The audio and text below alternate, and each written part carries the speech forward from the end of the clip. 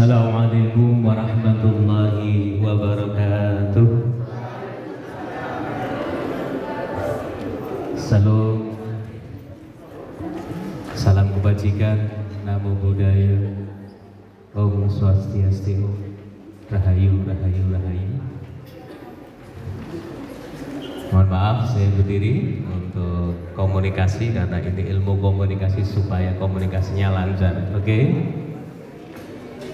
Baik, alhamdulillah pada pagi hari ini kita dapat berkumpul bersama dalam rangka kita diskusi lintas agama di Universitas WGRI Ronggolawe Tuban tanggal 29 Februari 2024.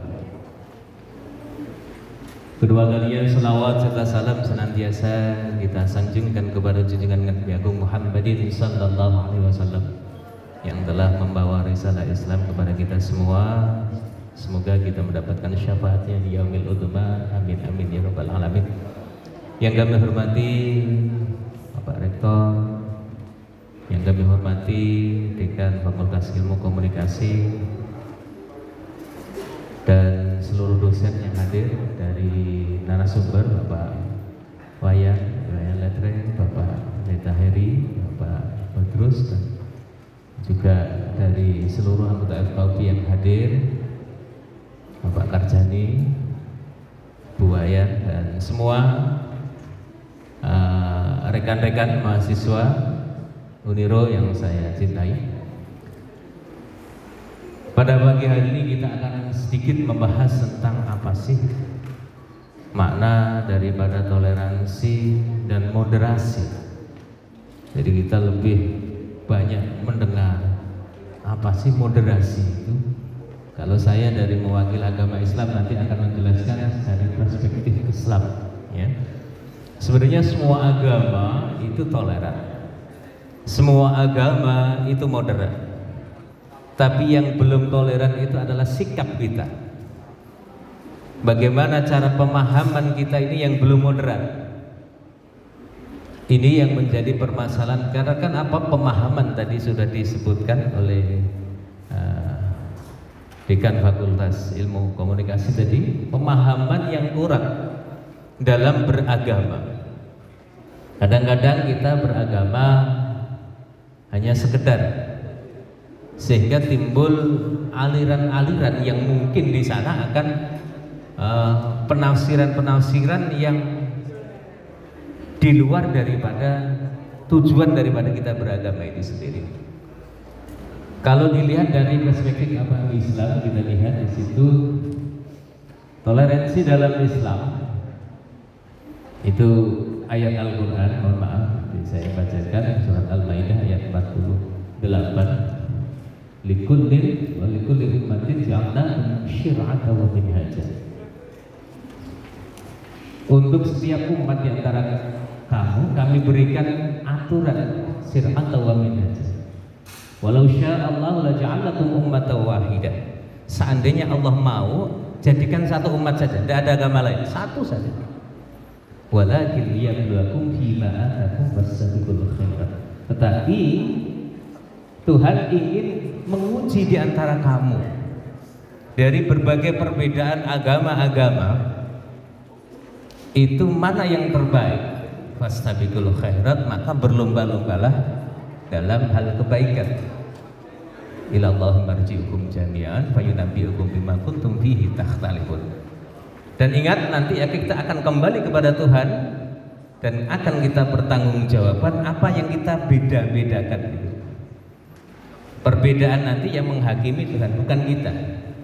Kita bukan hakim. Ini dalam toleransi kita beragama. Jadi semua itu sumbernya sebenarnya satu, dari Nabi Adam, ya.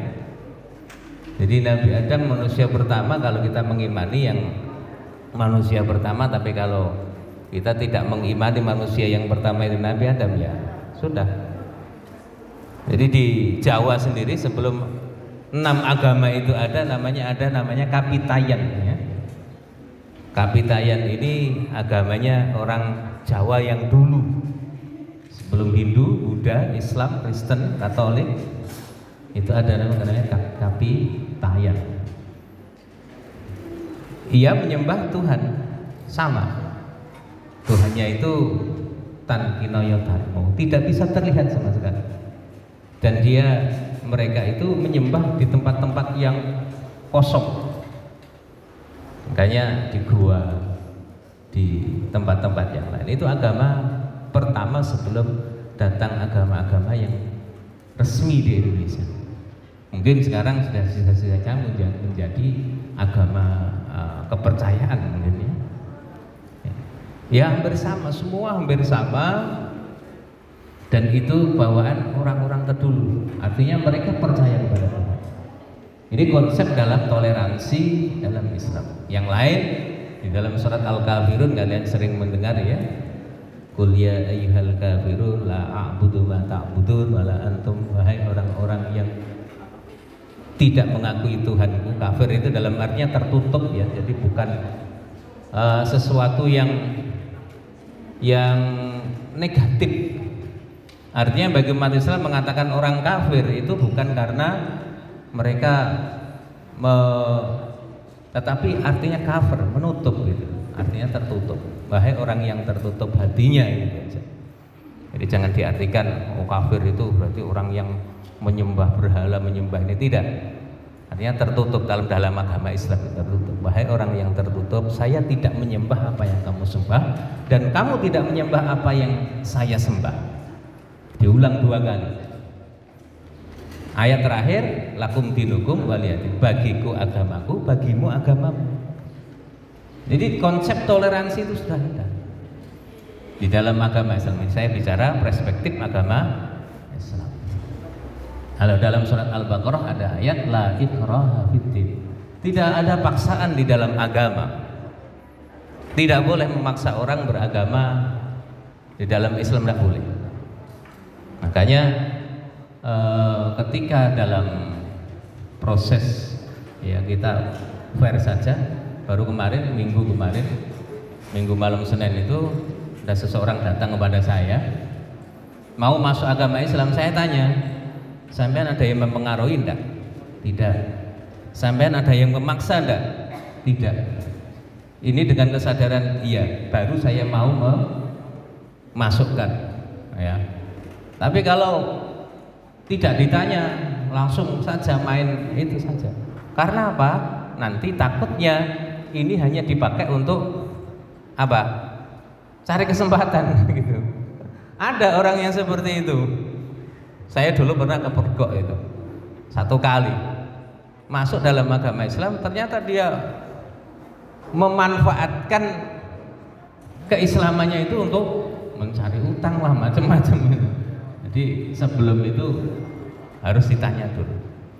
Ini dalam konsep kita beragama, jadi harus ada saling toleransi. Selanjutnya ada ayat lain disebutkan, lanjut.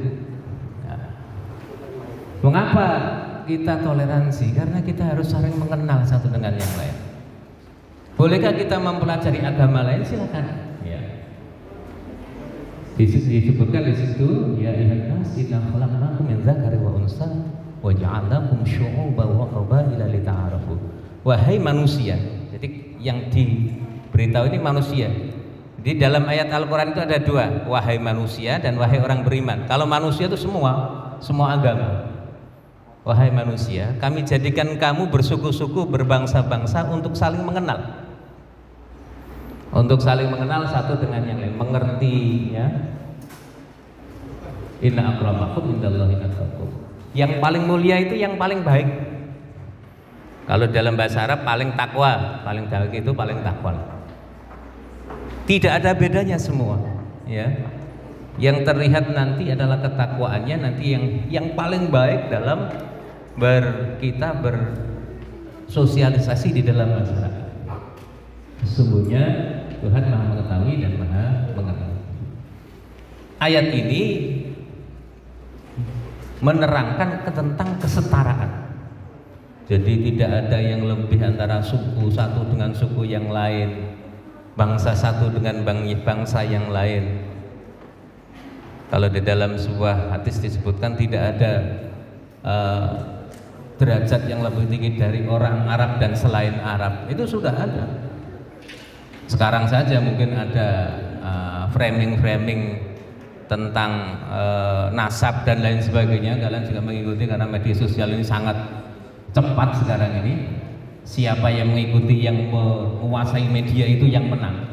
Siapa yang aktif dalam penggunaan media sosial itu yang akan menguasai, akan menjadi raja. Maka dari itu kalian sebagai ilmu komunikasi mestinya juga harus paham gitu. Ya. Karena semua ini ada pada kita semua. Dunia dalam genggaman kita. Ilmu komunikasi itu ya banyak ya, kalian sudah mempelajari, terutama ilmu tentang kita bagaimana berbahasa. Kalau kalian bisa berbahasa asing, sekarang tanpa bahasa pun sudah ada translator kan. Kita ngomong ini sudah ditranslatekan dalam bahasa yang kita tuju. Itu begitu cerdasnya sekarang AI itu, artificial intelligence. Kecerdasan buatan itu luar biasa sekali. Sekarang tidak ada bedanya orang pinter sama orang goblok. Bedanya itu bisa tidak mengoperasikan teknologi. Ya. Bahkan orang yang tidak begitu berilmu itu bisa ceramah dan lain sebagainya. Bisa memuat konten-konten yang luar biasa. Ya. Ini adalah perkembangan zaman yang luar biasa. Hanya kalian harus mengikuti terus, mengikuti, update, ya, upgrade. Kita mengembangkan diri kita, mengikuti zaman, perkembangan zaman. Tanpa kita mengikuti perkembangan zaman, kita akan tertinggal, left behind. Kita akan tertinggal, betul. Ini yang menjadi tantangan kita di masa yang akan datang. Tapi permasalahannya nanti dari dulu sampai sekarang juga sama. Kita lanjut. Sebelum kita masuk ke moderat, tawasud, dalam bahasa tawasud atau sikap dalam kita pertengahan, disebutkan di dalamnya di situ, wa kadzalika ja'alna minkum ummatan wasatan litakunu syuhada wa yakuna rasulu 'alaikum syahidan. Dan kami jadikan kamu adalah umat pertengahan, tengah-tengah. Umat pertengahan itu yang bagaimana? Yang tidak ke kiri, tidak ke kanan, tidak terlalu keras, tidak terlalu lemah. Itu pertengahan. Lagunya Fetty Vera dulu itu, ya kan? Kamu pilih yang mana, gitu ya? Atas, atas, kamu pilih yang mana? Bawah, bawah. Tengah-tengah itu adalah sikap moderat. Dalam moderasi beragama juga begitu. Kita ambil sikap tengah-tengah. Jadilah kalian umat yang pertengahan. Supaya nanti apa? Kamu itu tidak diberikan pertanggungjawaban yang nanti akan ditimpakan kepada kamu. Dan kalian akan menjadi saksi bagi umat-umat lain yang terlalu ke kanan dan terlalu ke kiri. Ya. Terlalu ke kanan, terlalu ke kiri. Kalau kita bahasakan, ya, orang beragama sekarang ini ya, cenderung pemahamannya itu yang pertama nanti akan eksklusif. Eksklusif itu memahami agama itu dengan kuat, akhirnya apa? Merasa dirinya benar. Kalau sudah eksklusif, ya, dia akan segregatif. Segregatif itu apa? Memisahkan dengan yang lain karena dia merasa dirinya benar. Aku benar, aku salah. Sekarang kan banyak panitia surga, ya kan? Dikit-dikit neraka, neraka, neraka. Itu panitia surga banyak sekarang di media sosial ini. Dengan satu ayat pun dia sudah bisa menjustifikasi seseorang itu masuk neraka. Yang umumnya biasanya yang Islam itu yang sering dengar ya, kullu bid'atin dhalalah wa kullu dhalalatin finnar. Setiap yang baru itu adalah sesat dan setiap yang sesat itu neraka. Jadi yang di dalam Islam ini kan mayoritas Islam supaya kalian tahu. Padahal di situ ada keterangan, ada interpretasi dari hadis tersebut kan. Tidak serta-merta sesuatu yang baru itu sesat. Nah kalau baru baik gimana? Baru sesuatu yang berguna, bermanfaat bagaimana? Apa semua sesat? Tidak. Ini karena pemahaman yang eksklusif tadi, memahami satu dan ini diyakini betul. Ya kemarin ada pembubaran pengajian di Surabaya oleh salah satu ormas. Itu karena itu pemahaman yang eksklusif. Selalu menyalahkan, jadi panitia swargo ya, menjadi hakim dalam, bahkan ironisnya mereka mengaku menjadi Tuhan, kan begitu gampangannya. Nah, Tuhan yang membuat neraka dan surga. Mereka kalau dia menjustifikasi, menghakimi seorang masuk neraka, kan dia mengambil alih tugas daripada Tuhan.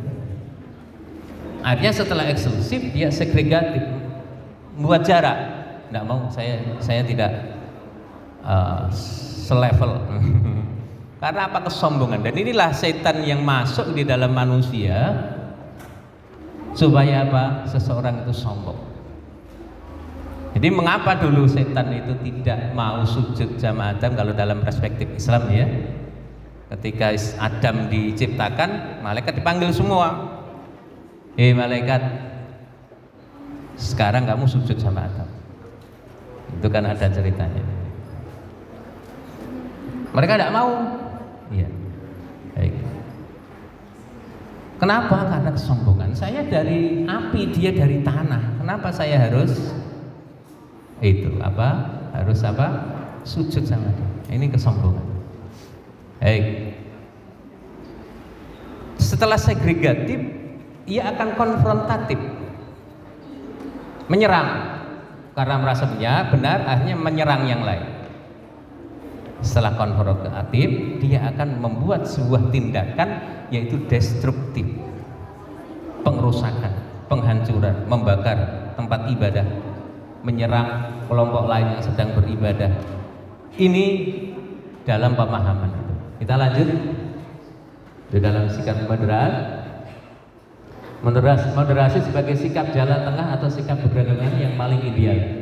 Jika dimaknai posisi tengah, yang dipikir siapa? Nah, ada si A di situ, terlalu mengikuti Ali dan lain sebagainya, mendewa-dewakan Ali. Ada liberal itu terlalu memakai kebebasan dalam berpikir, kebebasan dalam